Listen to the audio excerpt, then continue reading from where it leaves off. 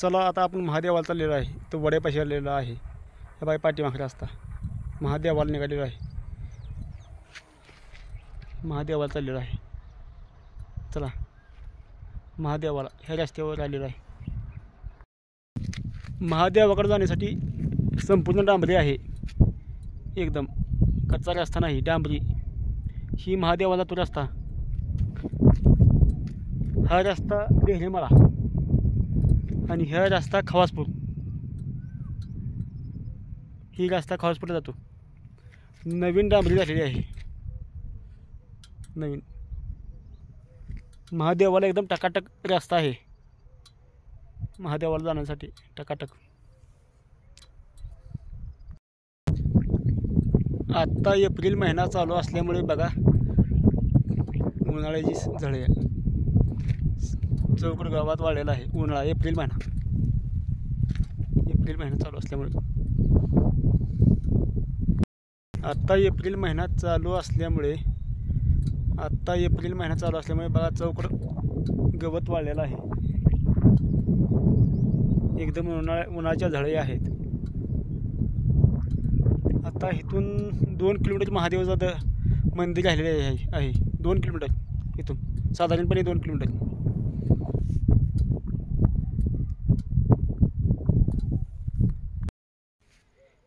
पावसाळ्यात इथं भरपूर पाणी असतं आसपास.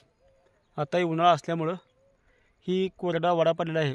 नाला कोरडा पडलेला आहे. तलाव कोरडा पडलेला आहे. पावसाळ्यात येथे पाणी भरपूर असतं तलावात, नाल्यात. हे विहिरीत आता थोडं पाणी असणार विहिरीत.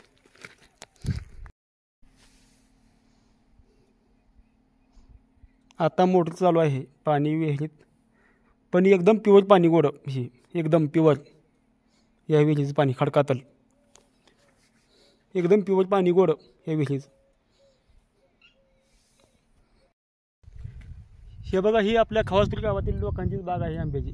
ऐन माळाव उन्हाळ्यात एकदम माळाव खडकाळ भागात. हे बघा, ही त्यांचे साहित्य ठेवण्याची खोली. इथं खाट आहे, बाजडा आहे आणि असल्या माळावसुद्धा बाग चांगली आणलेली आहे त्यांनी एकदम. हे बाई बाग. आणि ह्या साईडला देशमुख वस्ती आहे. ह्या साईडला देशमुख वस्ती आहे. या साईडला महादेवाचं मंदिर आहे. हे बघा, ही देशमुख वस्तीसाठी स्पेशल रस्ता तयार करून दिलेला आहे शासनातून ह्याच्यातून. आणि ही खवासपूरला जाण्याचा रस्ता. ही देशमुख वस्तीसाठी स्पेशल रस्ता दिलेला आहे. हे बघा कसं आहे, डांबरी एकदम टकाटक. हे बघा, ही महादेवाकडे जाण्याचा रस्ता. जय शिवराय, जय शंभूराजे, जय भवानी. आज 14 एप्रिल 2025. आजचा दिवस म्हणजे डॉक्टर बाबासाहेब आंबेडकर यांचा जन्मदिवस. डॉक्टर बाबासाहेब आंबेडकर म्हणजे आपल्या भारत देशाचा एक हिरा म्हणून जन्माला आले. डॉक्टर बाबासाहेब आंबेडकरांनी संविधान लिहून संविधानाच्या माध्यमातून गोरगरीब जनतेला न्याय दिला. ज्यांचा त्यांचा हक्क दिला आणि ज्यांना त्यांना हक्क दिल्यामुळे ज्यांचा त्यांचा मान मिळाला. असे डॉक्टर बाबासाहेब आंबेडकर आपल्या भारत देशात देव म्हणून जन्माला आले. आपण आज नवीन यूट्यूबचं खातं खोलेलं आहे. आपण कोणतेही काम करताना नवीन आपण मुहूर्त पाहतो. दिवाळी, दसरा, कोणताही दिवाळी, दसरा, पाडवा ह्या मुहूर्तावर आपण नवीन कामाचे आयोजन करतो. तसं मी आज 14 एप्रिल 2025 वार सोमवार या दिवशी नवीन यूट्यूबचं खातं खोलून डॉक्टर बाबासाहेब आंबेडकर यांचा जन्मदिवस ही माझ्यासाठी मुहूर्त आहे. जन्मदिवस असल्यामुळे ह्या मुहूर्तावर मी नवीन व्हिडिओ तयार करून आपल्या आसपास परिसरातील माहिती तुम्हाला पोहोचवण्याचा प्रयत्न करणार आहे. आज माझ्यासाठी नवीन हा मुहूर्त आहे. डॉक्टर बाबासाहेब आंबेडकर यांचा जन्मदिवस म्हणून ही मी माझ्यासाठी मुहूर्त मांडलेला आहे। जय शिवाजी। येथे मंदिरापाशी महाप्रसादाचं नियोजन चालू आहे, स्वयंपाक चालू आहे। प्रत्येक सोमवारी महादेवापाशी प्रसाद असतो।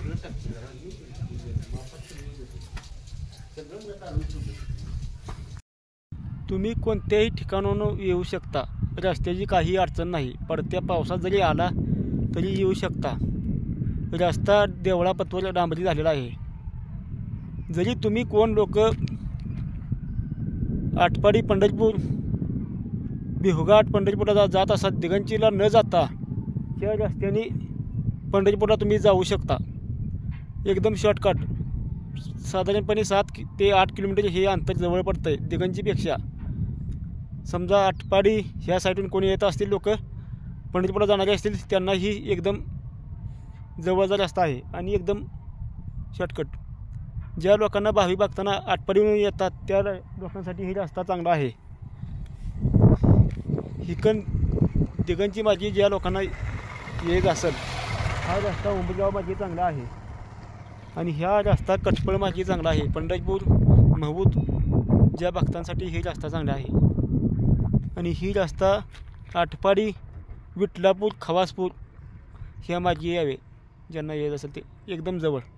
जरी तुम्हाला पंढरपूरला जायचं असेल किंवा इकडे सोलापूरला आटपाडीहून उठून, तरी हा रस्ता जवळ आहे, हा रस्ता जवळ आहे।